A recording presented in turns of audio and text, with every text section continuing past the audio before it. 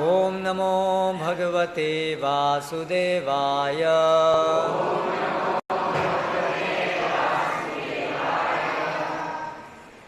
आज हम पढ़ने जा रहे हैं श्रीमद् भगवद गीता यथारूप के 15वें अध्याय से, जिसका शीर्षक है पुरुषोत्तम योग।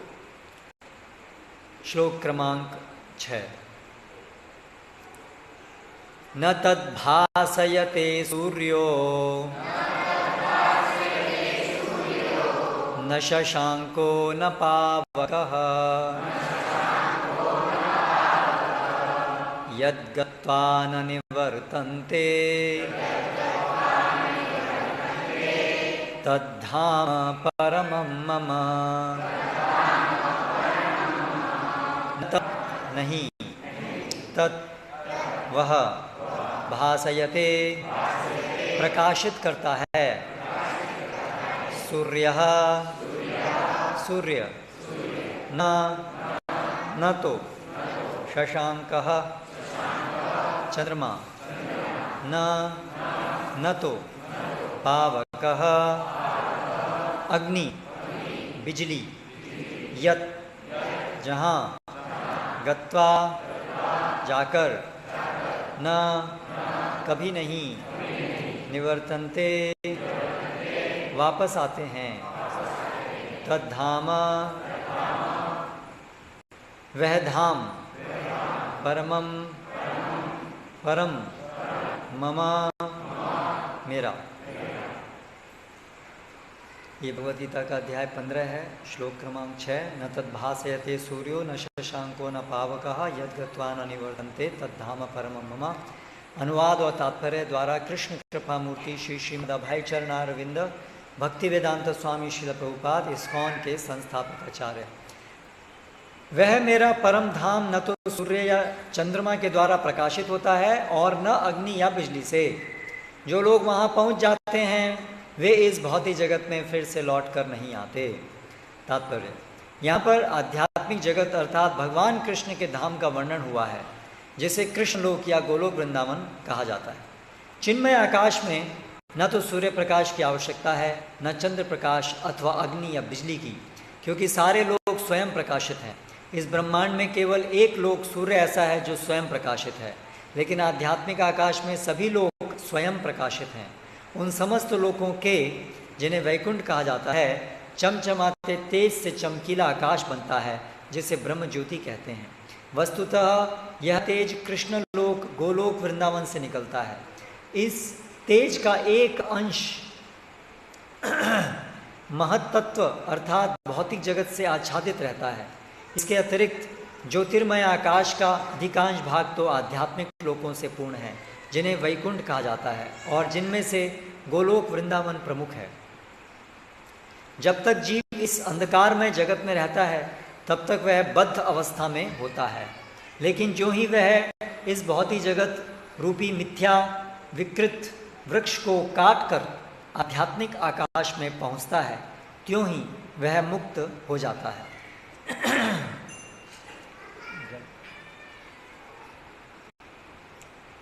है जल नहीं, वहाँ से लाना रूम से पानी।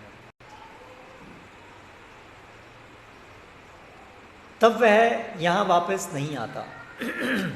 इस बद्ध जीवन में जीव अपने को भौतिक जगत का स्वामी मानता है, लेकिन अपनी मुक्त अवस्था में वह आध्यात्मिक राज्य में प्रवेश करता है और परमेश्वर का पार्षद बन जाता है।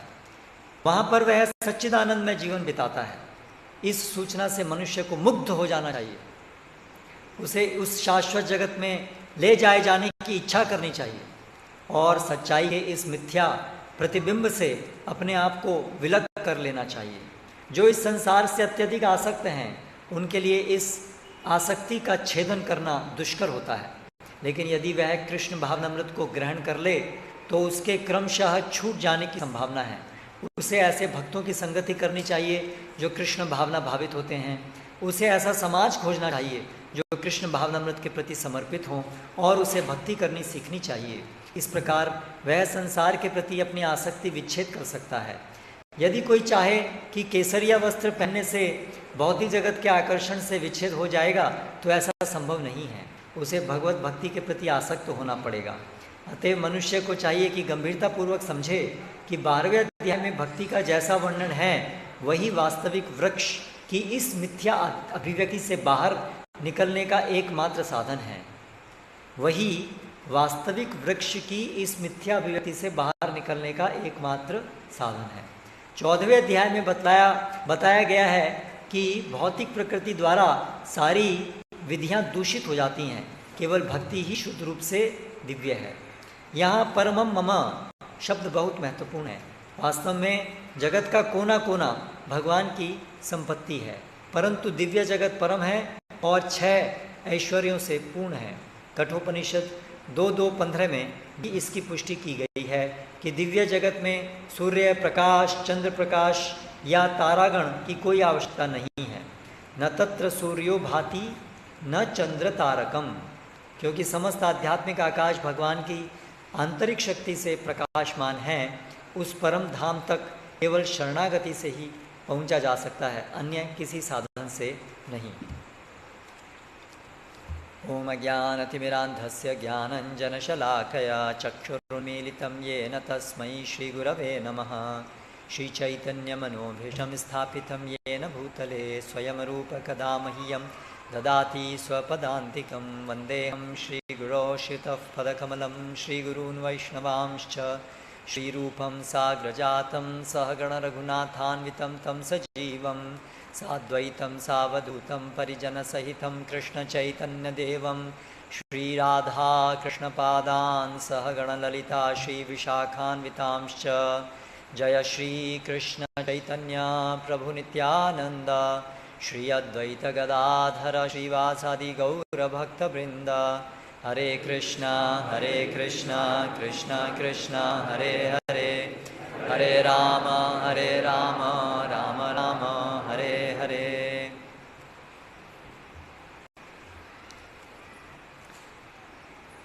तात्पर्य में श्रील प्रभुपाद अगर आपने ध्यान दिया हो तो एक वचन कहे कि जो सूचना इस श्लोक में प्राप्त है भगवत धाम की सूचना, उसको सुनकर के मनुष्य को मुग्ध हो जाना चाहिए। लेकिन आप देखिए अभी जैसे छोटे छोटे बच्चे हैं तो कानों में तो उनके भी जा रहा है ये चीज, लेकिन वो लोग अपने दूसरे संसार में मुग्ध हैं, वो यहाँ बैठ नहीं पाएंगे। तो इसीलिए मुग्ध होने के लिए समुचित बुद्धि, प्रशिक्षण, ये सब चाहिए।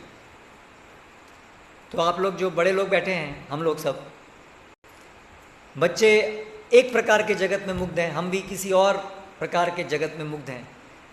ना बच्चे इस सूचना से मुग्ध हो रहे हैं, ना हम लोग इस सूचना से मुग्ध हो रहे हैं। ये हमारी समस्या है। बच्चे प्लास्टिक के खिलौनों से मुग्ध हैं, हम लोग पत्थर, लोहा, कंक्रीट इसके खिलौने से मुग्ध हैं। लेकिन दोनों ही मुग्ध हैं, दोनों ही वास्तविकता में नहीं है कोई भी।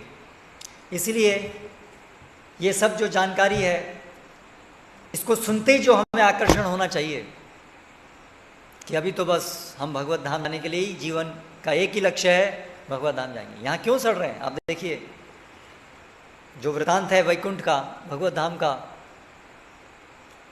वहाँ पर यहाँ बताया न तद्भास है, तो वहाँ सूर्य की आवश्यकता नहीं है।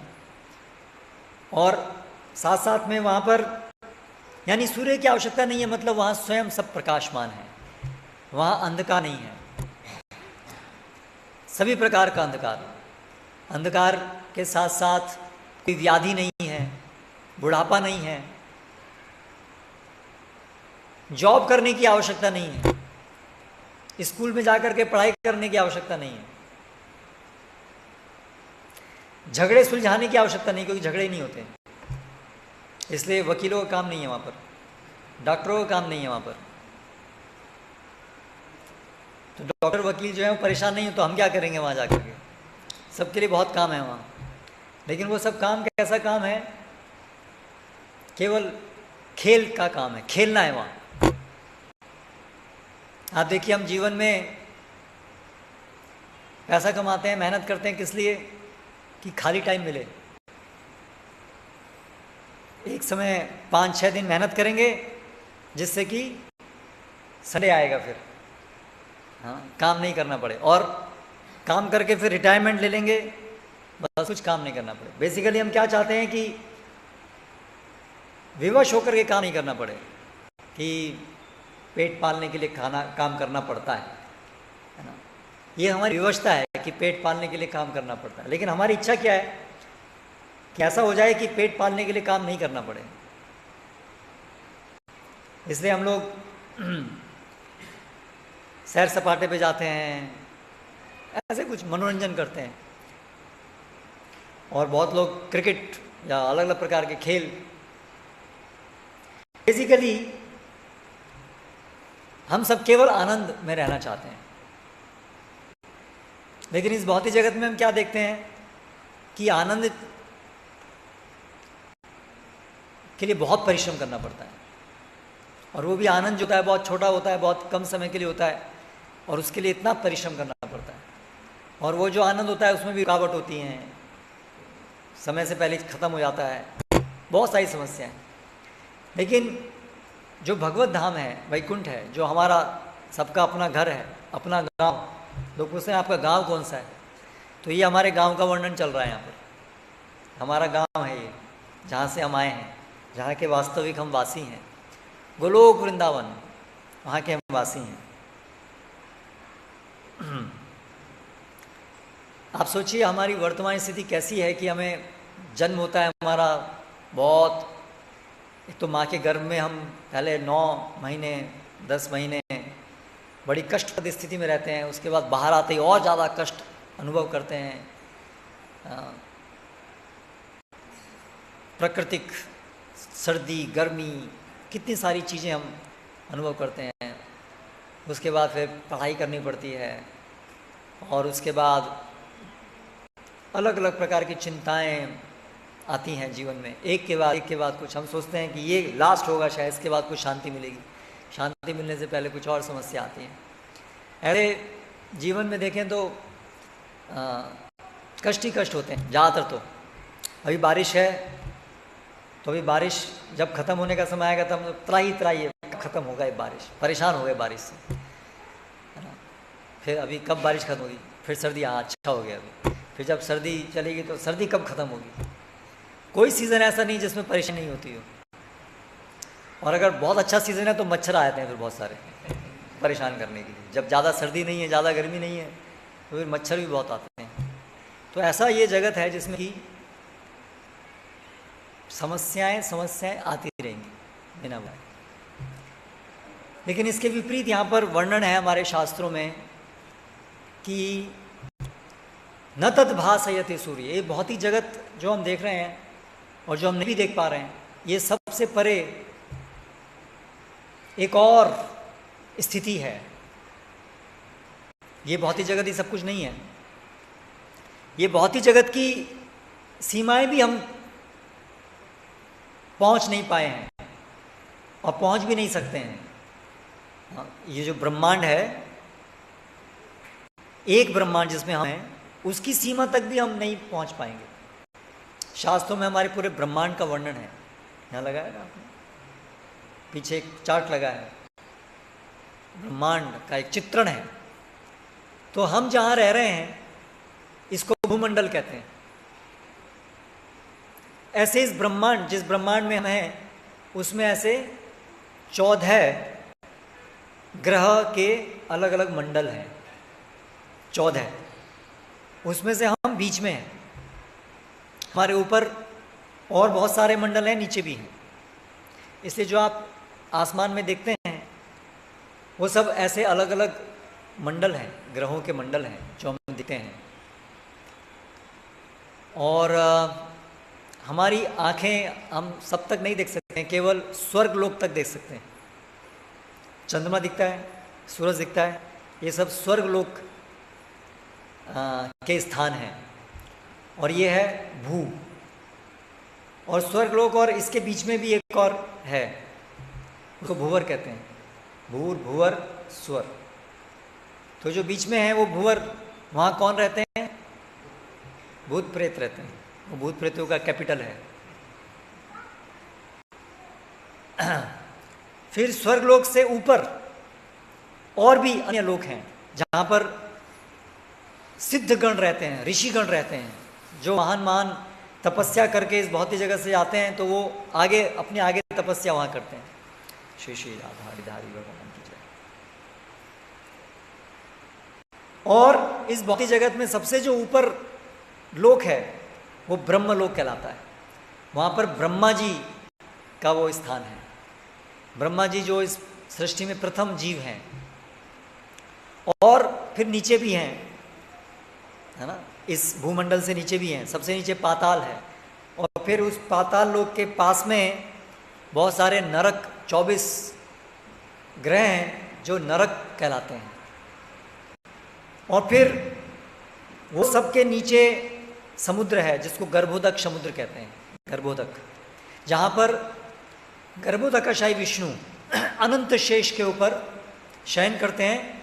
और ये सब ग्रह जो हैं उनकी नाभि से एक कमल निकला, जो जिस पे ब्रह्मा जी बैठे हैं, ब्रह्मलोक, उसकी नाल से ये सब ग्रह बने हैं। तो ऐसे नीचे गर्भक समुद्र है, और ऐसे ये पूरा ब्रह्मांड जो है वो उसकी एक बाउंड्री है, ढका हुआ है, उसके अंदर सब अंधकार है। इसलिए यहाँ पर अगर सूरज नहीं है, चंद्रमा नहीं है, तो अंधकार होता है।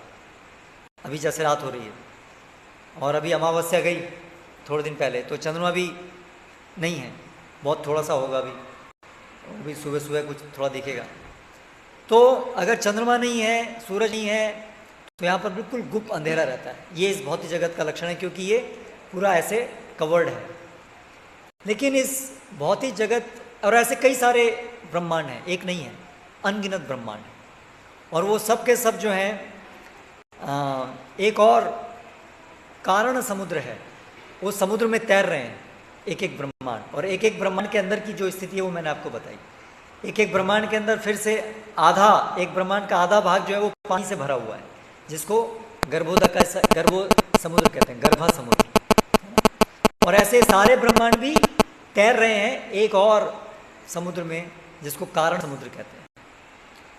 और ये सारे भौतिक जगत जो है, वो सारा भौतिक जगत एक बहुत छोटे से भाग में है। अनगिनत ब्रह्मांड सब मिलकर बहुत छोटे से भाग में है।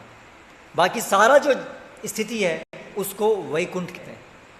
तो इसलिए हमारा ये इतना बड़ा जो भौतिक जगत है, वो वास्तव में पूरी जो स्थिति है उसका एक बहुत छोटा सा भाग है, 1/4 भाग है, बहुत छोटा भाग है। तो यहाँ पर जो वर्णन हो रहा है वो उस बाकी स्थान का हो रहा है। न तद भासयते सूर्य। इस भौतिक जगत में, इस भौतिक जगत को भासयते, प्रकाशित करने के लिए सूरज की जरूरत है। लेकिन आध्यात्मिक जगत को प्रकाशित करने के लिए सूरज की जरूरत नहीं है। क्यों नहीं है सूरज की जरूरत? क्योंकि वहाँ हर चीज प्रकाशमान है, स्वयं प्रकाशमान है, हर चीज प्रकाशमान है स्वयं। हर ग्रह का अपना प्रकाश है, हर ग्रह के अंदर रहने वाले जो वासी हैं उनका अपना प्रकाश है। इसलिए हर चीज वहाँ स्वयं प्रकाशित है। जैसे प्रभुपाद आपने ध्यान दिया होगा तो क्या कहते हैं, इस भौतिक जगत में एक ही ऐसा ग्रह है जो स्वयं प्रकाशमान है। कौन सा? सूर्य। लेकिन आध्यात्मिक जगत में हर चीज स्वयं प्रकाशमान।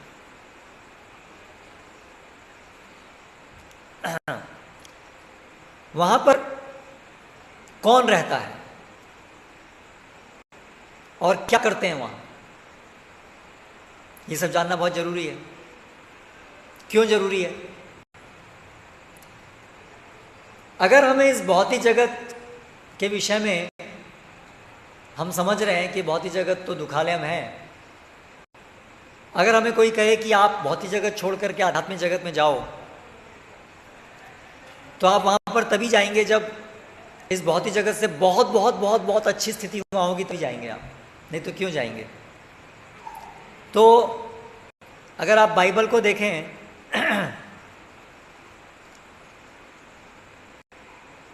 क्या वर्णन है वहां पर आध्यात्मिक जगत में क्या होता है।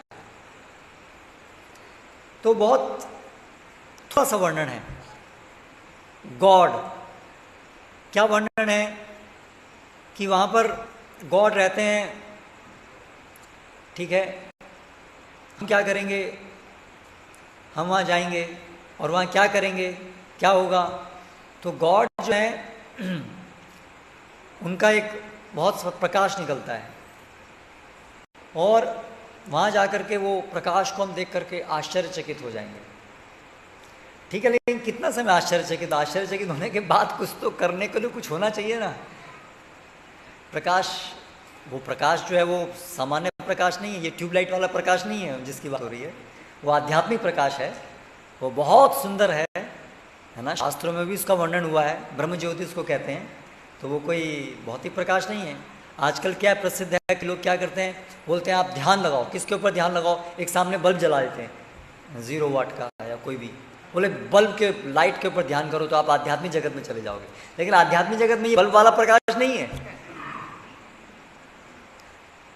तो अगर बल्ब के ऊपर हम ध्यान करेंगे, उससे निकलने वाला प्रकाश, उससे अगर हमारा आकर्षण होगा तो मच्छर बन सकते हैं अगली योनि में, क्योंकि मच्छर आकर्षित होते हैं बल्ब के प्रकाश से।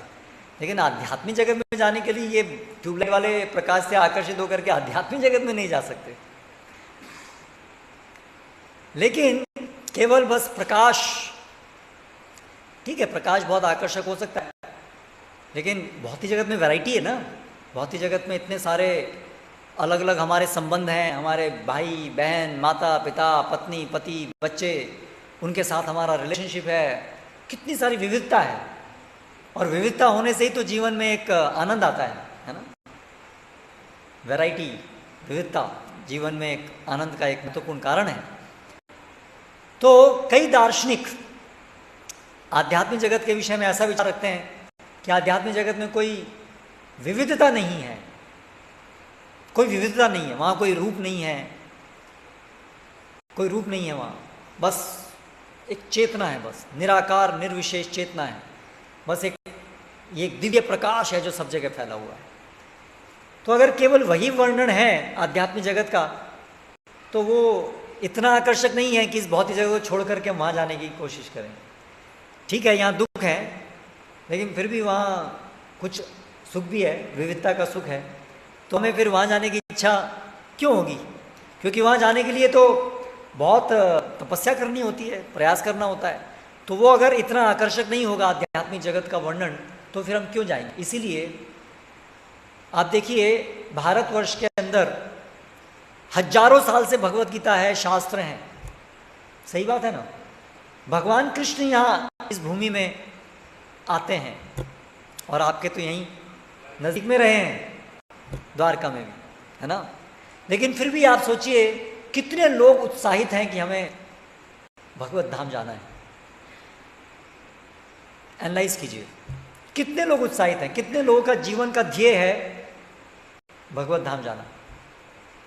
कितने प्रतिशत लोग होंगे गुजरात में? यहीं आप गुजरात की बात कर लीजिए, जहाँ द्वारकाधीश भगवान यहीं आए हैं। कितने लोग रियली उत्साहित हैं? उत्साहित मतलब दिखना चाहिए उनके जीवन से कि उनके जीवन का बस यही, जैसे सब लोगों को पैसा कमाने में उत्साह दिखता है ना, सबका दिन रात मेहनत करते हैं, जो भी काम करते हैं उसमें पैसा कैसे मिलेगा। तो क्या लोगों के जीवन से हमें ऐसा दिखता है कि वो लोग भगवत धाम जाने के लिए उत्सुक हैं? दिखता है? नहीं है। जहाँ भगवान की चर्चा होती है उसके लिए हम जीवन में कितना समय निकालते हैं? चर्चा भी सुनने के लिए कितना समय निकालते हैं? बाकी प्रयास तो छोड़ दीजिए। जहाँ भगवान की चर्चा होती है उसके लिए भी हम कितना समय निकालते हैं, है ना। एक साल में कितना समय निकालते होंगे? 365 दिन में बहुत कम सामान्य लोग। तो आप देखिए ये स्थिति है भारत की, गुजरात की, जहाँ स्वयं भगवान है तो भी लोग आकर्षित नहीं है भगवत धाम। उसका एक बहुत बड़ा कारण जानते हैं क्या है? कि भारत में बहुत समय से भगवान कृष्ण आए, वृंदावन लीला की, द्वारका की लीलाएं की, सबको भगवान आकर्षित करने ही आए थे। भगवान क्यों आते हैं यहाँ पर? भगवान यहाँ क्यों आते हैं? भगवद गीता का प्रसिद्ध श्लोक है ना, परित्राणाय साधूनाम विनाशाय च दुष्कृताम धर्म संस्थापनार्थाय संभवामि युगे। तो धर्म की संस्थापना मतलब क्या? अंततः धर्म का उद्देश्य क्या है? धर्म मतलब क्या? अंततः धर्म है हमारी अपनी वास्तविक स्थिति को प्राप्त करना, उसको धर्म कहते हैं। धर्म जैसे अग्नि का धर्म क्या है? जलाना।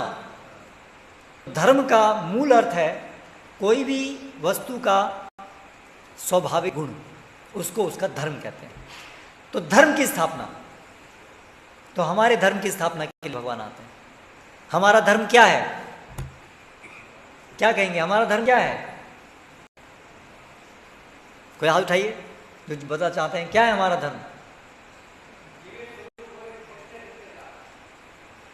ठीक है, आप तो जानते हैं, लेकिन ज्यादातर लोग क्या मानते हैं हमारा धर्म क्या है? बोलिए बोलिए, शर्माइए मत जी। जो नियति से मिला है उसका पालन करना है। किस उद्देश्य से? पर किस उद्देश्य से? उसका अंतिम उद्देश्य क्या है? उसका उद्देश्य क्या है? उससे क्या प्राप्त करने की इच्छा है? रियली ऐसा है? ज्यादातर लोग जो है वो भगवत प्राप्ति के लिए अपना कार्य कर रहे हैं क्या? आप सोचिए, अपने हृदय में झांक के देखिए, क्या रियली लोग, हाँ अगर भगवत प्राप्ति का अर्थ अगर पैसा प्राप्ति है तो अलग बात है, बाकी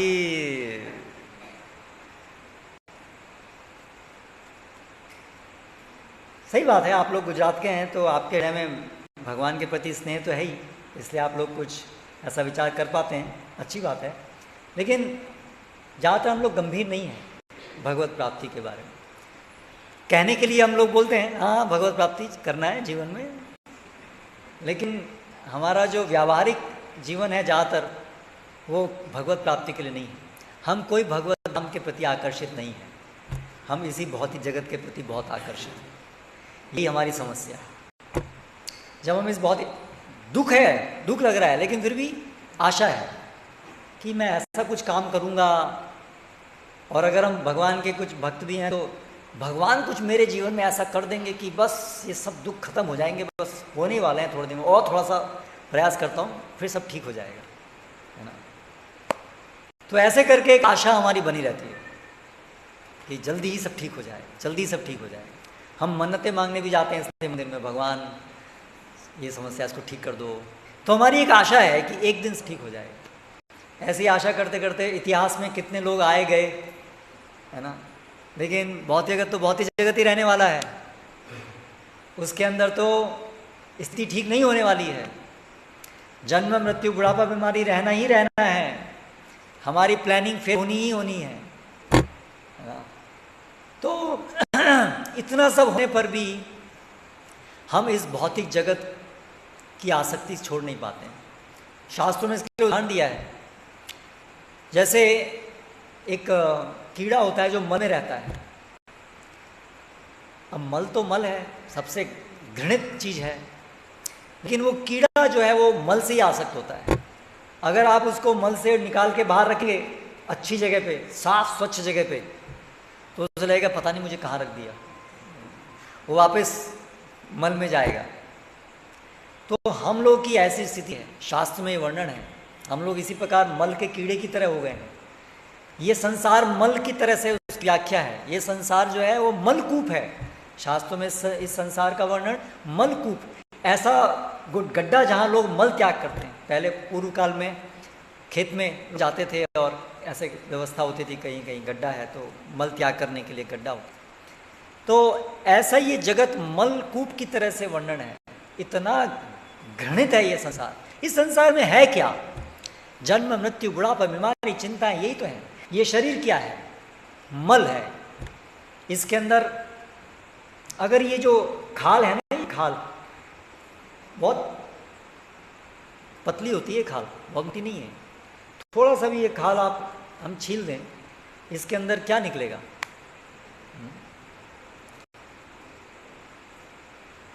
फैट निकलेगा। क्या बोलते हैं फैट को? चर्बी निकलेगी। ठीक है, अगर आप चर्बी देखेंगे तो बड़ी घिनौनी चीज़ है वो चर्बी। लेकिन जब ये खाल के अंदर पैकिंग हो जाता है बढ़िया लगती है।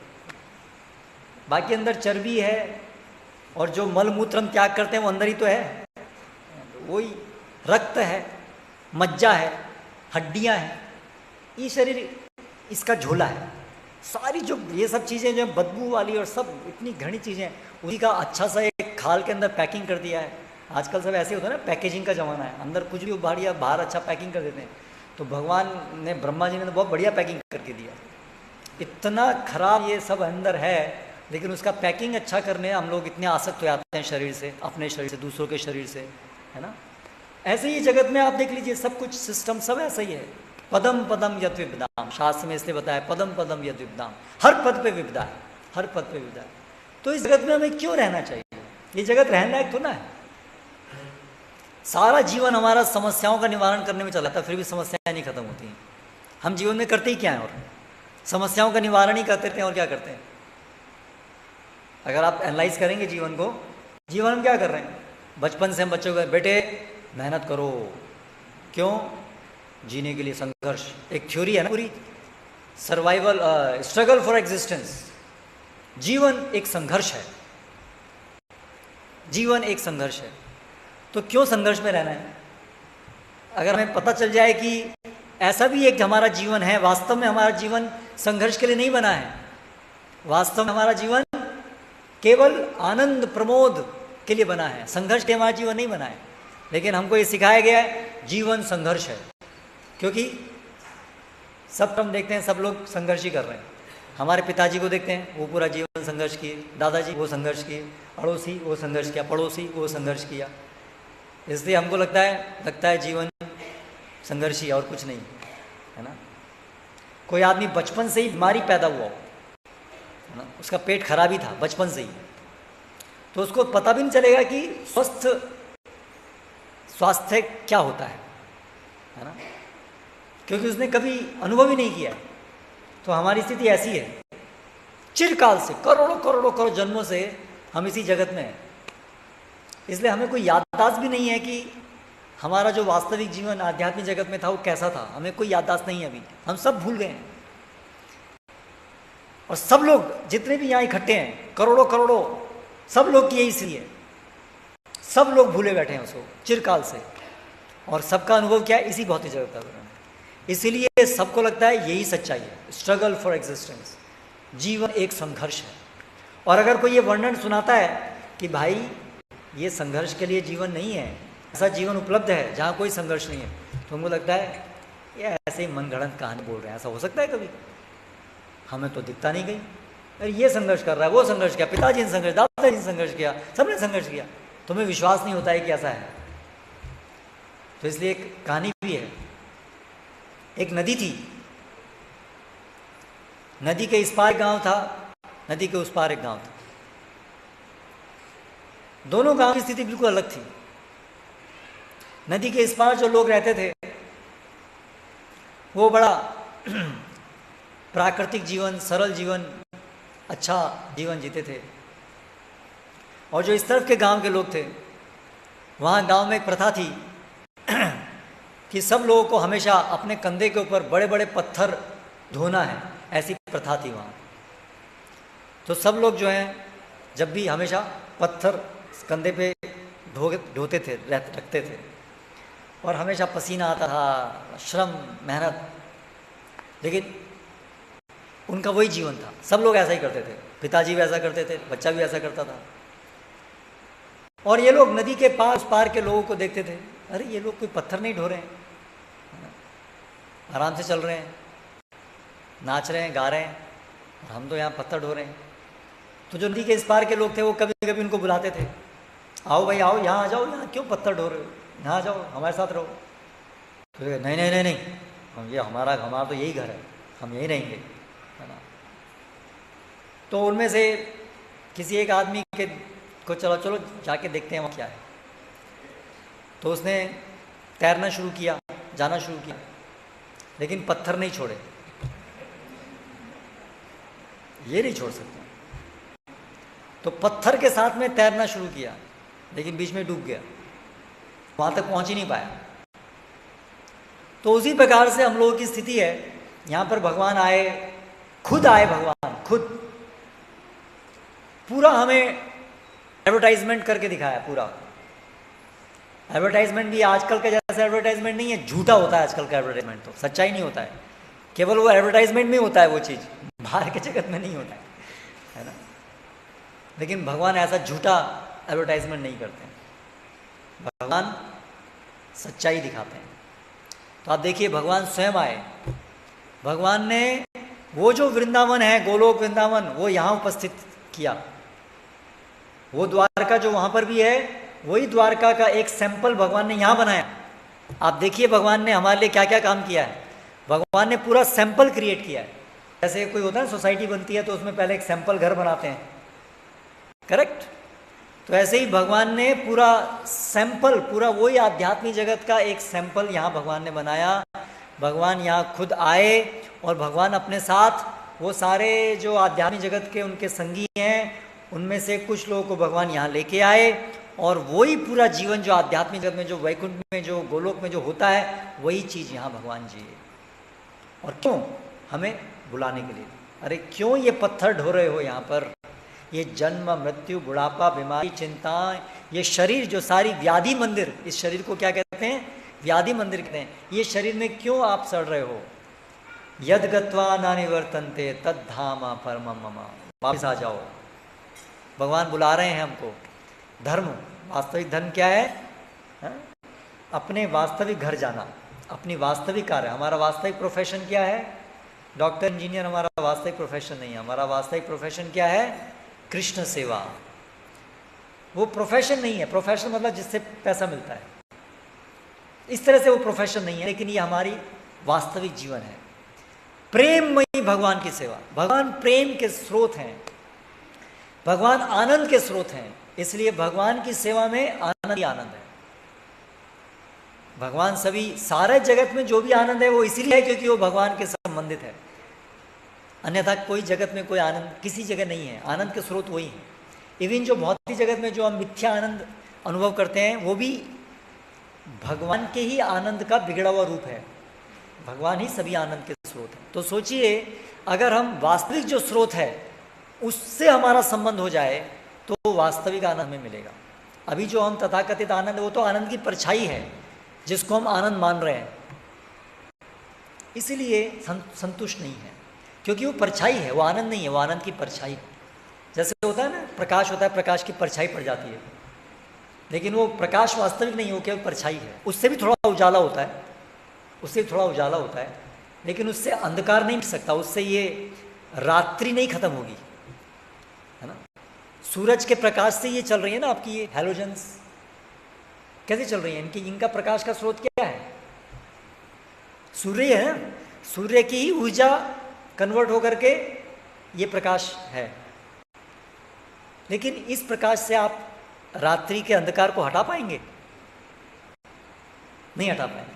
कितनी भी आप हैलोजन लेके चले जाइए, वो अंधकार इतना विस्तृत है कि आप अपनी इस छोटी छोटी हैलोजन से उस विस्तृत अंधकार को नहीं हटा पाएंगे। वो अंधकार कैसे हटेगा? सूर्य से हटेगा। तो उसी प्रकार से ये जो भौतिक जगत का जो मिथ्या आनंद है, वो हमारे को पूर्ण संतुष्ट नहीं कर सकता है, क्योंकि वो परछाई है। हमें जो चाहिए वो वास्तविक आनंद चाहिए, सूरज चाहिए। सूरज की परछाई नहीं चाहिए, सूरज चाहिए, है ना। वो सूरज है श्री कृष्ण भगवान, वास्तविक। कृष्ण है सूर्य सम, भगवान कृष्ण सूरज के समान है। तो हम सभी लोग जो खोज रहे हैं, वास्तव में कृष्ण को ही खोज रहे हैं। हम सब आनंद खोज रहे हैं ना, लेकिन हम गलत जगह खोज रहे हैं। आनंद की परछाई में आनंद को खोज रहे हैं, सूरज की परछाई में सूरज को खोज रहे हैं।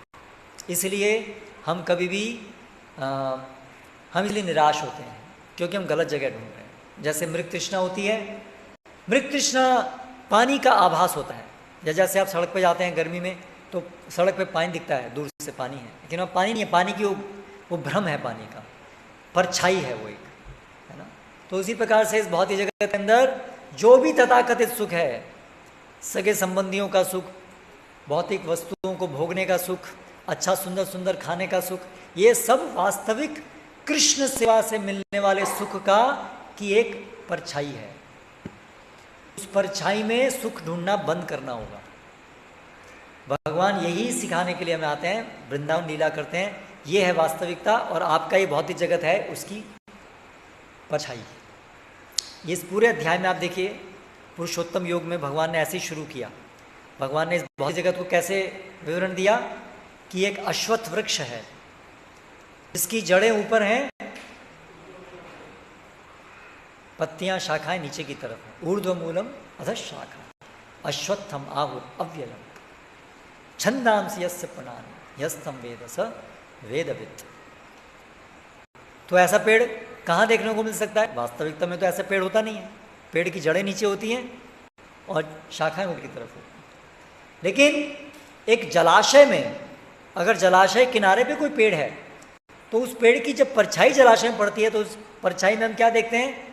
जड़ें ऊपर की तरफ दिखती हैं और शाखाएं नीचे की तरफ दिखती हैं। उल्टा होता है ना वो पेड़ परछाई में। तो ये भौतिक जगत आध्यात्मिक जगत की परछाई है। ये आध्यात्मिक जगत की परछाई है ये भौतिक जगत, इसलिए ये उल्टा है। यहाँ उल्टा है। यहाँ पर हम जो भी चीज कर रहे हैं वो एक परछाई है ना, और इसीलिए वो सच्चाई नहीं है। अगर हम परछाई में सच्चाई को ढूंढेंगे तो निराश ही होंगे ना। जैसे वो परछाई में मान लीजिए आम का फल है, आम का पेड़ है और उसकी परछाई आप देख रहे हैं। अब उस परछाई में दिखने वाले आम को पाने के लिए आप जलाशय में कूदेंगे तो क्या हाथ लगेगा? मर जाएंगे, सांस भी नहीं आएगा, आम नहीं मिलेगा क्योंकि वो परछाई है। ऐसे हम लोग क्या कर रहे हैं?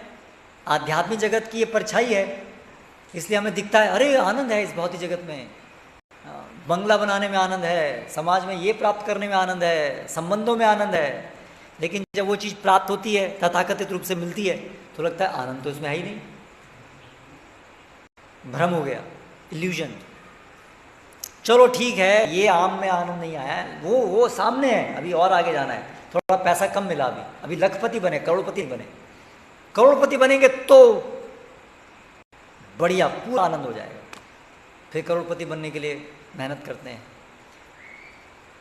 ऐसे कितने करोड़पति जो सुसाइड करते हैं ना, अखबार में पढ़ते हैं, कैफे का मालिक सुसाइड किया। बहुत सारे लोग ऐसे बड़े बड़े करोड़पति लोग सुसाइड करते हैं।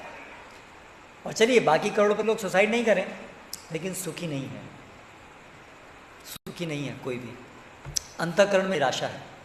लेकिन बोलेंगे किसको? पोल खुल जाएगी। इसलिए बाहर से अच्छी एक स्माइल रखते हैं, ट्रेनिंग लेना पड़ता है उसका, बाहर से सब कुछ बढ़िया है। लेकिन अगर आप उनके जीवन में अंदर झांक के देखेंगे, निराशा है, कोरापन है। हम सब अपने जीवन में अनुभव कर सकते हैं, अंदर से खोखले हैं, खाली हैं सब, क्योंकि ये सारा जो भौतिक जगत है ये सब परछाई है ना, इसमें वास्तविकता नहीं है। थोड़ा समय रहती है और फिर चली जाती है, और उससे बहुत दुख होता है। अभी क्या करें, तो आई चली गई, आनंद थोड़ा सा आया चला गया, क्या करें? इससे फिर निराशा होती है। तो हमारा जीवन इस तरह से निराश होने के लिए नहीं बना है। वास्तविकता है, वास्तविक सुख है, वास्तविक आनंद है, वास्तविक संबंध है, वास्तविक माता पिता पत्नी बच्चे ऐसे जो हमेशा रहें, ऐसे हैं, और वो है श्री कृष्ण और आध्यात्मिक जगत के वासी। वो वास्तविकता है, वहाँ नित्य जीवन है। और ये सब केवल कहानियाँ नहीं हैं। ऐसे भी कई लोग कहते हैं ये सब बस मन बहलाने की कहानियाँ हैं। तो ये जो इतने बड़े बड़े सब तपस्वी हैं जो सारा भौतिक जगत छोड़ दिए, तो वो मन बहलाने की कहानी सुनने के लिए अपना जीवन बिताएंगे। सुखदेव गोस्वामी है ना, परीक्षित महाराज, जिन्होंने पूरा राज्यपाठ छोड़ दिया, तो ये सब केवल कहानी सुनने के लिए राज्यपाठ छोड़ेंगे वो, तो ये सब तर्क संगत नहीं है। तो ये शास्त्र है, माइथोलॉजी नहीं है ये। आजकल हमें क्या सिखाया गया है? ये सब माइथोलॉजी है, ये सब केवल कहानियाँ हैं। ये दुष्ट प्रचार है अंग्रेजों का, जिन्होंने हमें हमारे ही शास्त्रों में हमारी श्रद्धा खत्म हो जाए इसलिए उन्होंने इसका नाम दिया माइथोलॉजी। ये वास्तविकता है और इस वास्तविकता को हम अनुभव कर सकते हैं, उसमें एंटर कर सकते हैं, उसको प्राप्त कर सकते हैं। उसकी सारी विधि बताई गई है भगवद गीता में, और वही पूरी जो विधि है आध्यात्मिक जगत को प्राप्त करनी, वही मनुष्य जीवन का लक्ष्य है। पहले तो समझना होगा हमारे जीवन का और कोई लक्ष्य नहीं है, हमारे जीवन का केवल एक ही लक्ष्य है। शरीर का यापन करना हमारे जीवन का लक्ष्य नहीं है। शरीर का यापन लक्ष्य को प्राप्त करने का उपाय है। शरीर एक उपाय है, क्योंकि शरीर से हम साधना कर सकते हैं लक्ष्य को प्राप्त करने के लिए, लेकिन आजकल लोग शरीर को पालन पोषण करना ही लक्ष्य मान बैठे हैं। शरीर तो टिकने वाला नहीं है, मरने वाला है। तो इसलिए शरीर टिकाना अपने आप में लक्ष्य नहीं है। शरीर टिकाना नित्य जीवन भगवत धाम जाना उसके लिए उपाय है। एक दिन उसको छोड़ देना है, छोड़ने से पहले उसका उपयोग करना है भगवान की भक्ति करके। भगवान के साथ जो हमारा संबंध हम भूल गए हैं उसको पुनर्जागृत करने के लिए ये शरीर का उपयोग करना है, बस इतना ही उसका उपयोग है। शरीर छोड़ना है, शरीर व्याधि मंदिर है, उससे लगाव नहीं रखना है, लेकिन अर्थदम उसका बड़ा उपयोग है। कब? जब हम उसे भगवान की भक्ति करने के लगाएं। कानों का उपयोग होना चाहिए श्रवण करने के लिए, आंखों का उपयोग होना चाहिए भगवान के दर्शन करने के लिए, जिह्वा का उपयोग होना चाहिए भगवान का नाम उच्चारण करने के लिए। शास्त्र में भागवत में बताया जिह्वा सती दार्दुरुक एव, जिसकी जिह्वा भगवान का नाम उच्चारण नहीं करती है और बहुत ही जगत की अन्य चीज़ों का टर टर करती है, वो मेंढक की तरह से उसकी जीवा है। जैसे मेंढक, अभी आजकल बारिश का भी समय है, बहुत बारिश हुई सुबह, बहुत सारे मेंढक बोल रहे थे टर टर, बहुत उत्साह उनके अंदर, आनंद आया था। बारिश होती है तो बड़े तेज से चिल्लाते हैं, बहुत मस्त होकर के चिल्लाते हैं। उससे क्या होता है? सांप मस्त हो जाता है, आह बढ़िया है, कहाँ है खाना, आराम से आता है, खाता है उसको। तो ऐसे ही शास्त्र में बताया कि जो जीवा भगवान का गुणगान नहीं करती है, भगवान का नाम नहीं लेती है, वो मेंढक, उसकी जीवा मेंढक जैसी है ना। तो तरवह किम न जीवंती भस्त्रा किम न श्वसंती उता, क्या पेड़ नहीं जीते हैं? पेड़ भी जीते हैं, पेड़ के अंदर भी जीवन होता है, हमसे ज़्यादा जीते हैं। करेक्ट? ऐसे ऐसे पेड़ हैं जो हजार हजार साल तक जीते हैं। हमें तो इतनी दवाइयाँ लेकर के, डॉक्टरों का बिल दे करके जीना पड़ता है, वो लोग हजार साल तक जीते हैं। तरवा किम न जीवंती, है ना, भस्त्रा किम न श्वसंती उता, है ना, न खादंती न मेहंती पशुआ किम न ग्रामों परे। क्या गांव के अंदर जानवर खाते नहीं क्या? तो हम लोग सोचते हैं घारी हमने खा ली तो बहुत बड़ा काम कर लिया। सूरत की घारी, यहाँ के भी होंगे, यहाँ घारी, अच्छा यहाँ कुछ और बोलना पड़ेगा, क्या बोलना पर? मोहन था लाडवा, तो मोहन था, लाडवा, ये खा करके हमने क्या बड़ा हासिल कर लिया। जितना हमको लाडवा खाने में आनंद आता है उतना ही जानवर को उसका आहार खाने में आनंद आता है, कोई अंतर नहीं। तो तरवा तो न खादंती न मेहंती, मैथुन सुख सब जानवर करते हैं, संतान सब उत्पन्न करते हैं, इसमें क्या बड़ी बात है? तो न खादंती न मेहंती किम पशवः ग्रामे परे। तो ये सब तो जानवर भी करते हैं, पेड़ पौधे भी जीते हैं, जानवर भी खाते हैं, सब कुछ करते हैं। तो क्या यही जीवन का लक्ष्य है? नहीं, जीवन का जानवर नहीं कर सकते। जानवर ये भगवत धाम के बारे में नहीं जान सकते हैं, नहीं समझ सकते हैं, उसके लिए प्रयास नहीं कर सकते हैं। हम कर सकते हैं। इसलिए हमारे जीवन का एक ही उद्देश्य होना चाहिए, भगवत धाम जाने की तैयारी करना। यही जीवन का एकमात्र लक्ष्य है, भगवत धाम जाने की तैयारी करना। ये जगत, ये मलकूप है, इस जगत से निकलना है, इससे आसक्ति नहीं होनी चाहिए, क्योंकि जगत रहने का स्थान नहीं है हमारा। हम सब भगवत धाम के वासी हैं, वहीं से नीचे पतितः, हम वहाँ से पतित हुए हैं, ये जेल है। इसीलिए प्रभुपाद कह रहे हैं ये सूचना पा करके मनुष्य को मुग्ध हो जाना चाहिए। हमें पूरा दृढ़ निश्चय कर लेना चाहिए, जल्दी से जल्दी इस भौतिक जगत से निकलना है। भौतिक जगत से हम निकलना, चेतना से सबसे पहले इस भौतिक जगत से निकलना है। हम इस भौतिक जगत से आसक्त नहीं हो, हम भगवान की सेवा में आसक्त हो, तो हम इस भौतिक जगत के अंदर रहेंगे ही नहीं। भले ही हम इस भौतिक जगत के अंदर बाह्य रूप से रहेंगे, लेकिन अगर हमारी चेतना, हम कृष्ण भक्ति प्राप्त कर लेते हैं, हम कृष्ण के प्रति उनकी सेवा के प्रति हमारी आसक्ति हो जाती है, तो इस भौतिक जगत में रहते हुए भी हम भौतिक जगत में नहीं रहते हैं, वैकुंठ जगत में रहते हैं। उसको जीवन मुक्त कहते हैं। और फिर शरीर त्याग करने के बाद तो फिर भगवत धाम जाना सुनिश्चित है, क्योंकि पहले से हम भगवत धाम में ही रहना शुरू कर देते हैं। तो ये है भगवत गीता का संदेश। भगवत गीता हमारे लिए एक इन्विटेशन है, हमको बुला रही है, भगवान बुला रहे हैं हमको, आओ मेरे धाम आओ, यद गत्वा न निवर्तन्ते। वहाँ आने के बाद में ये पुनर्जन्म मृत्यु का चक्र नहीं है, जैसे स्वर्गलोक में जाने के बाद वापस आना पड़ता है, भगवत धाम जाके ऐसा नहीं होगा। इसलिए हमें सबको बहुत गंभीरता से अपने जीवन का इस लक्ष्य को बनाना चाहिए। और ये जो पूरी संस्था है इसका यही काम है सबको, ये ट्रैवलिंग एजेंसी है, ट्रैवल एजेंसी है, ये ट्रैवल एजेंसी है ये, है ना। ट्रैवल एजेंसी क्या करती है, आपका वीज़ा और सब कुछ अरेंजमेंट करते हैं ना, टिकट्स, वीज़ा बाहर जाने के लिए। लेकिन जो बाहर जाते हैं तो वो एक मलकूप से छोड़ करके दूसरे मलकूप में जाना है, उससे क्या फ़ायदा होगा, है ना। तो हमें कहाँ जाना है, ये जो ट्रैवल एजेंसी है इस्कॉन, वो आपका बुकिंग कराती है, वीज़ा दिलाती है भगवत धाम का, ठीक है। तो इसलिए आप आइए और गंभीरता से भक्ति को लीजिए, गंभीरता से भगवत गीता पढ़िए, भागवतम पढ़िए, वर्णन पढ़ना है और वहाँ जाने का मूल्य भी चुकाना होगा ना। ट्रैवल एजेंसी मुफ्त में टिकट नहीं बांटते हम लोग, है ना। तो लेकिन टिकट ऐसा भी नहीं है कि आपको उसके लिए बहुत पापड़ बेलने पड़े, केवल आपको भगवत धाम जाने की सच्ची इच्छा होनी चाहिए। और उस इच्छा को प्राप्त करने के लिए ये बहुत ही जगह से आसक्ति छोड़नी होगी, बस इतना ही प्राइस है उसका, और कोई प्राइस नहीं है। इच्छा, दृढ़ इच्छा कि मुझे भगवान के सेवक बनना है। भगवत धाम कौन जाएगा, भगवत धाम में क्या होता है, भगवान की प्रेममयी सेवा होती है। भगवान इतने आकर्षक हैं, भगवान इतने महान हैं, भगवान इतने दिव्य गुणों से ओतप्रोत हैं कि हमारा हृदय भगवान की हमेशा सेवा करने स्वाभाविक रूप से आता है, वो काम होता है। तो वो लगाव हमें भगवान के साथ उत्पन्न करना होगा यहाँ, तब हम भगवत धाम जाने का वो वीज़ा है। भगवान की सेवा में आसक्ति भगवत धाम जाने का वीज़ा है ना। और उसके साथ में भौतिक जगत की आसक्ति काटना वो NOC है, no objection certificate. No objection certificate लेना पड़ता है ना, आपत्ति नहीं है, तो वो ये विरक्ति है इस भौतिक जगत के प्रति आसक्ति। माया देवी आपको NOC देगी, जब आप यहाँ से आसक्त नहीं होंगे तो बोले NOC मेरी तरफ से मिल गई। और फिर आपको टिक मिलेगा जब भगवान से आसक्ति होगी, तो राधा रानी बोलेगी यस NOC लेके आओ। और अगर आपको फिर भगवान में सेवा में आसक्ति है तो क्लियर, अभी आपका वीज़ा हो गया। फिर दो चीज़ प्राप्त करनी होंगी, NOC और वीज़ा, ठीक है। हरे कृष्णा, उसके लिए हरे कृष्णा मंत्र और अलग अलग प्रकार के विविध भगवान की सेवाएं करनी होंगी।